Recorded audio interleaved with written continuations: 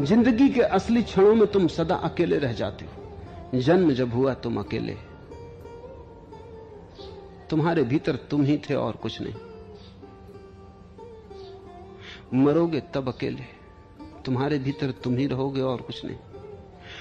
और कभी अगर तुम थोड़ी समझ का उपयोग करो तो जीवन में जब भी तुम्हें ऐसे कोई क्षण मिले पुलक के, अहोभाव के, धन्यता के, तब भी तुम पाओगे तुम अकेले। सुबह उगते सूरज को साथ क्षण भर को राग बन गया, सूरज के रंग फैल गए। तुम अचानक पाओगे कोई भी ना रहा वहां, भीतर का आकाश एकदम खाली हो गया। वहीं सौंदर्य का थोड़ा सा रस आएगा। संगीत सुनते समय जब तुम्हारे भीतर कोई भी ना रह जाएगा, विराट एकांत होगा, उसी क्षण संगीत तुम्हारी भीतर की वीणा को छू देगा। भीतर की वीणा पे टंकार पड़ जाएगी। तुम्हारी भीतर की वीणा जब तक न बजने लगे, कैसे तुम बाहर का संगीत समझोगे?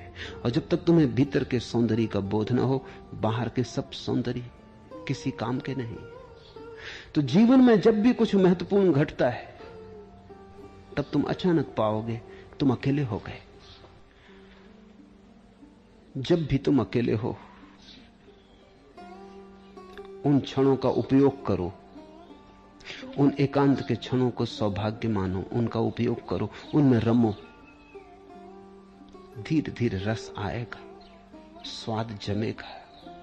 शुरू शुरू तो बड़ी बेचैनी होगी, जी घबराएगा।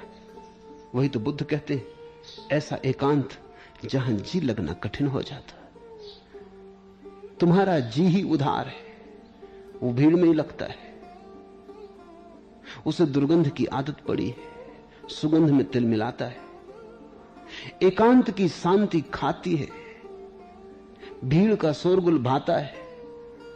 थोड़ी आदत बदलेगी, समय लगेगा, लेकिन एक बार स्वाद लग जाए एकांत का, तो तुम भीड़ में भी रहोगे और अकेले ही रहोगे।